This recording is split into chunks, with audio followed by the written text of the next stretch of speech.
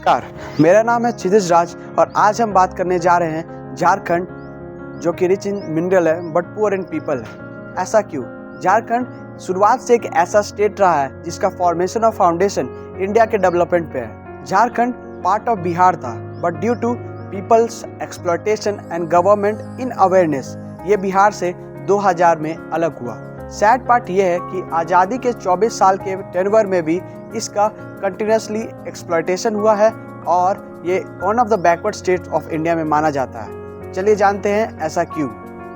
झारखंड को rich state of the poor भी कहा जाता है। ऐसा क्यों? इसका कारण है कि झारखंड में around 2/5 of the total resources है इंडिया के। यहाँ पर कोल 26%, आयरन ओर 28% और स्टील 18% है। नीति आयोग के मल्टी डायमेंशनल पॉवर्टी इंडेक्स के मुताबिक झारखंड का 23.04% पॉपुलेशन अभी भी मल्टी डायमेंशनल पुअर है। झारखंड की per capita income 92,000 per year है, जो कि नेशनल एवरेज इनकम से भी हाफ है। 26.0% पॉपुलेशन ट्राइबल है, जिन्हें सरकार कंटिन्यूसली इग्नोर कर रही है।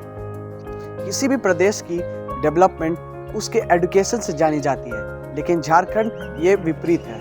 झारखंड का एजुकेशन सिस्टम इतना करप्ट है कि झारखंड CGL 2024 के एग्ज़ाम को कैंसिल कर दिया गया है। यहाँ तक कि JPSC एग्ज़ाम में भी पेपर लीक की खबरें सामने आई। ये सारी परेशानियाँ बता रही हैं कि झारखंड रूट लेवल से लेकर के टॉप लेवल तक पूरी तरह डिस्टर्ब हो चुका है। गवर्नमेंट में 1952 में फ्राइड इक्वलाइजेशन पॉलिसी लाया, जिसका मेजर एम था इंडस्ट्रीज के इक्वल ग्रोथ को फैसिलिटेट करना। लेकिन ये पॉलिसी झारखंड के केस में फेलियर साबित हुई।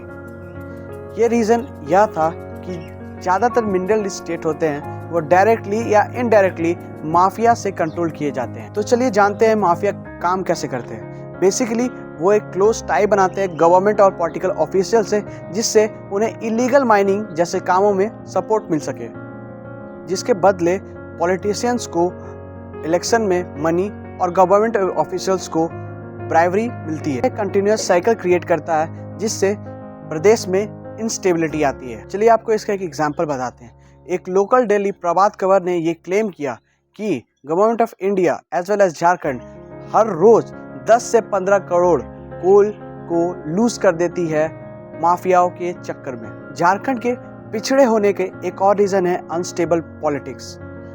फॉर्मेशन के 24 साल में इस छोटे से इतिहास में झारखंड ने 13 चीफ मिनिस्टर्स देख चुके हैं, यानी पर chief minister 2 years. Political instability के बहुत सारे इल इफेक्ट्स हैं, जैसे कि लैक ऑफ कंसिस्टेंट पॉलिसीज नहीं बन पाती और उन पॉलिसीज पर कंसिस्टेंट काम नहीं हो पाता, जिससे इंडस्ट्रीज भी उन स्टेट्स को प्रेफर नहीं करती जहां पर पॉलिटिकल इंस्टेबिलिटी और लैक ऑफ गवर्नेंस होता है।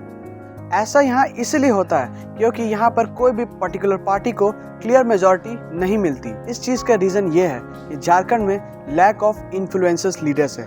बाकी सब स्टेट्स के कंपैरिजन में आप देखेंगे तो झारखंड में ये कमी है। आप कोई और स्टेट को एग्जांपल ले लीजिए, भले आप उसके बारे में नहीं जानते होंगे, लेकिन उस स्टेट के इन्फ्लुएंसर्स लीडर्स के नाम आपको जरूर पता होंगे। तीसरा महत्वपूर्ण रीज़न ये है कि फॉरेस्ट कंजर्वेशन एक्ट 1980 के मुताबिक ट्राइबल पॉपुलेशन पे जंगल का अधिकार खत्म करने की कोशिश की। अल्टीमेटली रिजल्ट क्या हुआ? ना तो ट्राइबल्स का फायदा हुआ, ना तो गवर्नमेंट का। सिंपल हुआ तो फायदा उस मिड मैन का, जो कि इन दोनों के बीच में दरार पैदा कर रहा था।